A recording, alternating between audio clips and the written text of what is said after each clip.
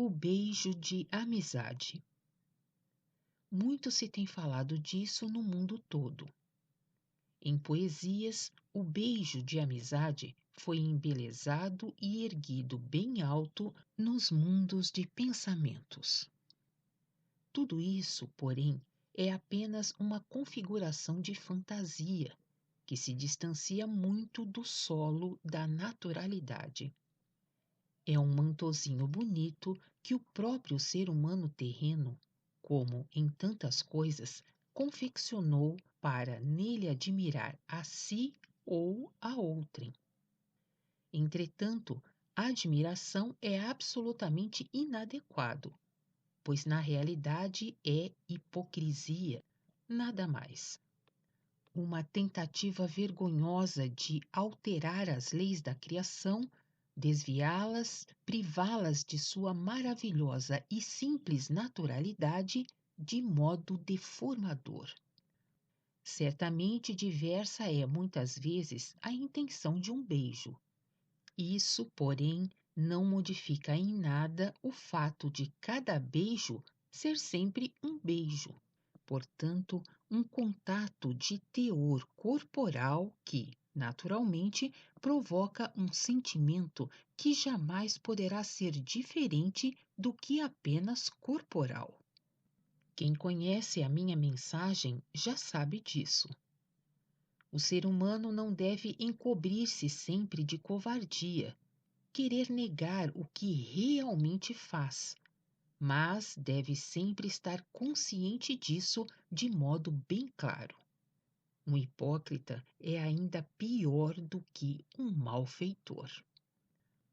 A expressão beijo de amizade já pressupõe bem determinadamente a idade madura. O beijo entre dois sexos, na idade madura, mesmo com intencionada pureza, está sujeito às vibrantes leis primordiais da criação. Ridículas são nisso as evasivas. A criatura humana sabe muito bem que as leis da natureza não indagam a sua opinião. O beijo do amigo, do irmão, do pai a uma jovem ou a uma mulher continua sempre, apesar da mais forte autoilusão, um beijo entre dois sexos. Não diferentemente o beijo da mãe para o filho, tão logo este tenha idade madura. As leis da natureza não conhecem nem concedem nisso qualquer diferença. Por isso, cada pessoa deve conservar muito maior reserva. Só a mania do ser humano de querer adaptar as leis da natureza aos seus desejos é que estabelece ideias tão contrárias às leis naturais, como os beijos de amizade, bem como as carícias entre parentes e os inúmeros excessos que há nisso. Sob o manto da maior hipocrisia, o ser humano muitas vezes procura pecar até intencionalmente. Nada se altera no fato de tais contrariedades às leis da natureza, só porque muitas pessoas se consideram realmente inocentes nessas transgressões, imaginando-se estar aí completamente puras.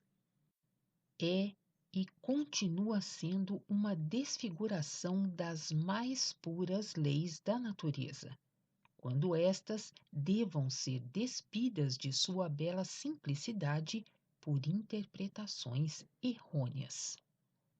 E aí só se origina sempre algo doentio, porque cada abuso e cada desvio só desvaloriza, conspurca e rebaixa o originalmente sadio que se encontra na lei.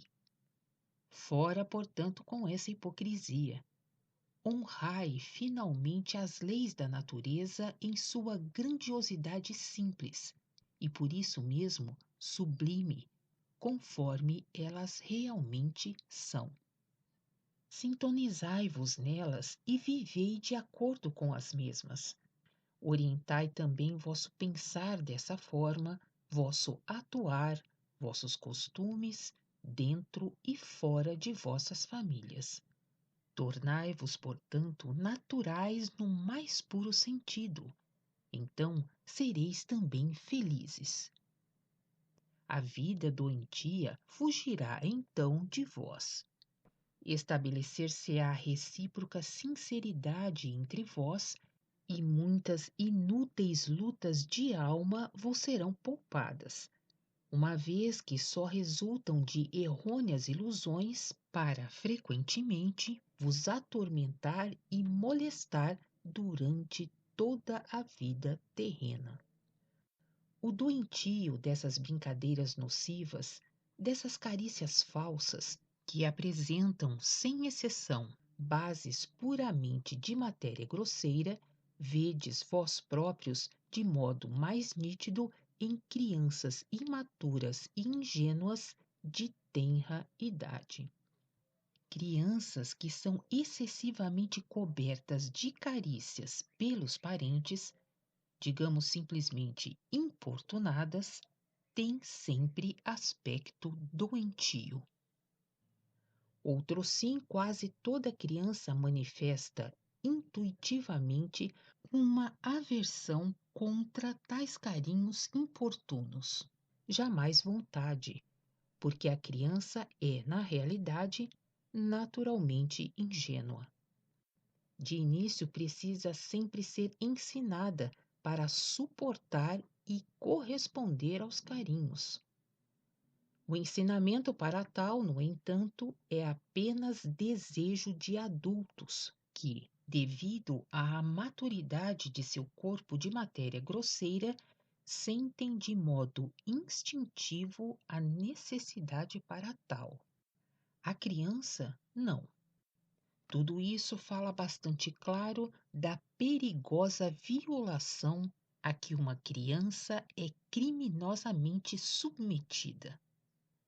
Contudo, pouco a pouco, finalmente, ela se habitua a isso e, por hábito, sente necessidade disso depois, até que no próprio corpo, em amadurecimento, desperte o instinto.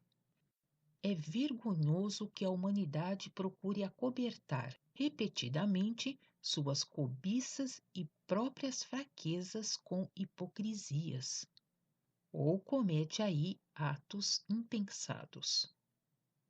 O ser humano deve saber que o legítimo amor só vem da alma, e tudo mais é apenas instinto. O amor da alma, porém, não tem nada a ver com o corpo de matéria grosseira, e nem pede por isso, uma vez que a separação de todas as espécies da criação permanece sempre perfeita. Espiritual é espiritual, anímico é anímico e corporal é e permanece sempre exclusivamente corporal. Com a morte do corpo, não morrerá uma só partícula da alma. Isso mostra com toda a simplicidade que cada um existe por si só, não ocorrendo qualquer mistura.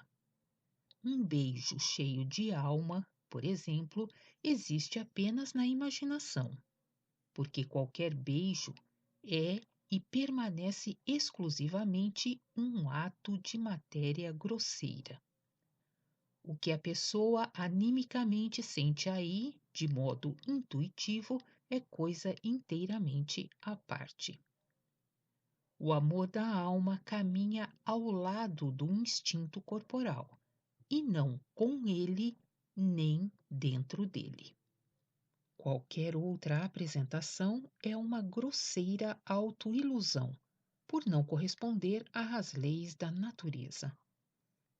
Apenas o raciocínio inventou aí diversidades para desculpa própria, a fim de visar uma nova caricatura para a mutilação da verdade, que, em forma pura, devia levar as criaturas humanas ao despertar, ao reconhecimento, e com isso à pureza e à veracidade de seus conceitos, e, por fim, a ascensão em direção à luz.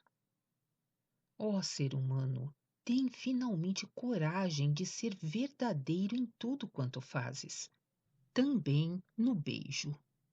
Rompe as configurações enganadoras que a tua vaidade e sensualidade te criaram.